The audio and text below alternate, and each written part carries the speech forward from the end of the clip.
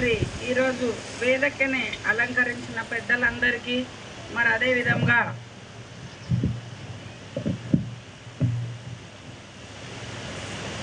వేదికను అలంకరించిన పెద్దలకి మరి అదేవిధంగా సభలో ఆసీనులైన అందరికీ మరి మా మద్గురువులైన పూర్ణానంద కర్ణాటి పాండ్రమ్మ గారికి అదేవిధంగా బోధగ్రోలితమైన సమిష్టి బోధానంద ఉప్పలంచి కృష్ణమూర్తి నాయనకి మరి మన తిల్కానా లక్ష్మణ దేశిక మందిర అధ్యక్షులు మన కూర సత్తయ్య గారికి అదేవిధంగా ఆంజనేయ నాయన గారికి అందరికీ కూడా నా ద్వాదశి నమస్కారాలు చెప్పుకుంటూ మరి ఈరోజు గడ్డ దేశికేంద్ర వారిది 100వ వార్షిక ఆరాధన.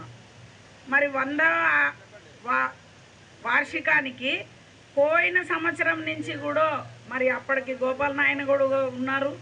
అప్పటి నుంచి కూడా ఈ పూజ చేయాలని ఎంతో కృషితోటి మరి ఈరోజు ఈ కార్యక్రమము మనకి లక్ష్మణ్ ప్రభు మందిరం వారికి మొదటి సభ ఇయ్యాలన్న కోరిక మన గోపాలయ్య గారిది.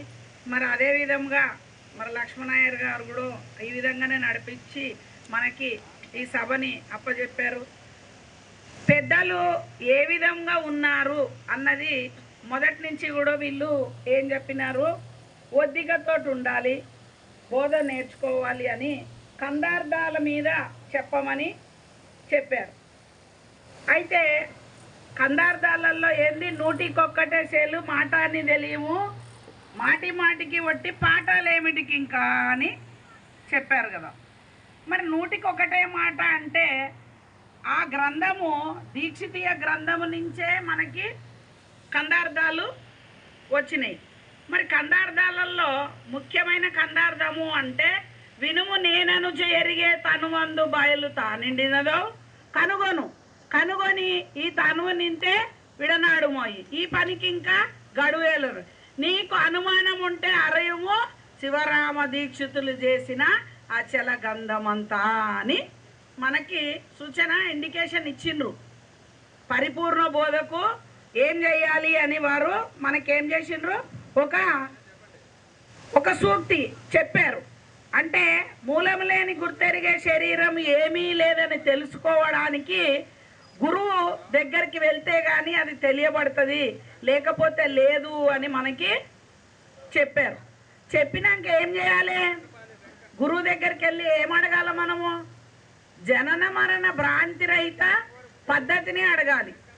ఏమడగాలి, బట్టబయలు ఎక్కడ ఉన్నది,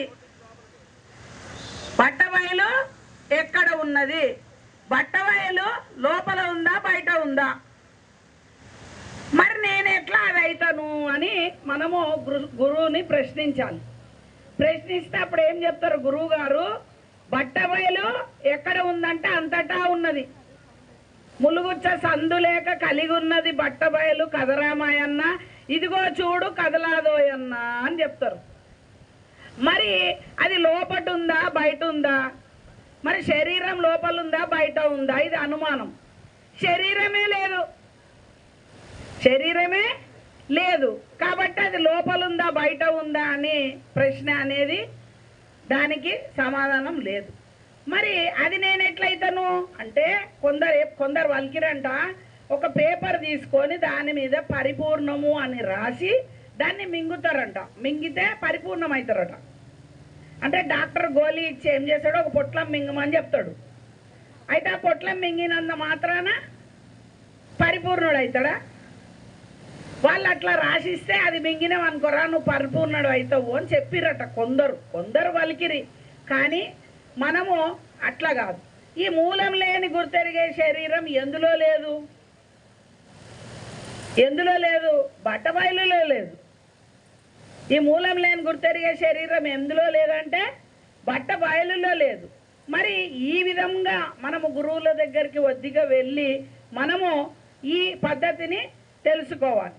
మరి అందుకని ఆ పద్ధతిని తెలుసుకోవాలంటే ఏం చేయాలి, దేహాకారముగానిది అహంభావము లేనిది అఖిల జనులుతా సోహం అని నా బయలు మొదలెరుగా వలెరా ఎరిగిన ఎరుక తుదకరుగా వలెరా కోహం కస్తంబాని కూతాలు కూసేటి సోహము కూతాలు కూస్తుంది అది కాదురా నాయనా అని. మరి అయ్యగారు ఏం చెప్పిండ్రు, ఒక్కొక్క పద్యానికి 20 పేజీలు 30 పేజీలు 128 పేజీలు మరి ఎందుకు రాశారు అంటే ఈ విచారణ అనేది గురువు దగ్గర కూర్చొని గురువు దగ్గర ఎవరైతే విచారణ చేస్తారో అట్టి వారికే ఈ బోధ అనేది తెలియబడుతుంది. ఎందుకు అంటే అచలం అంటే కదలనిది, అంటే కదలని స్థితి కావాలి అంటే గురువు దగ్గర ఎంత ఒదిగా ఉండాలి. తను మన ధనములు ఇచ్చేసినామంటే ఇచ్చేసినట్టు ఉన్నామా?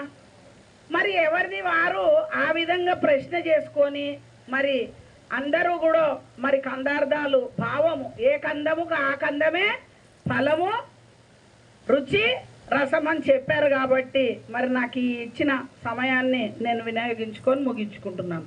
జై సద్గురు ప్రభు మహారాజుకి.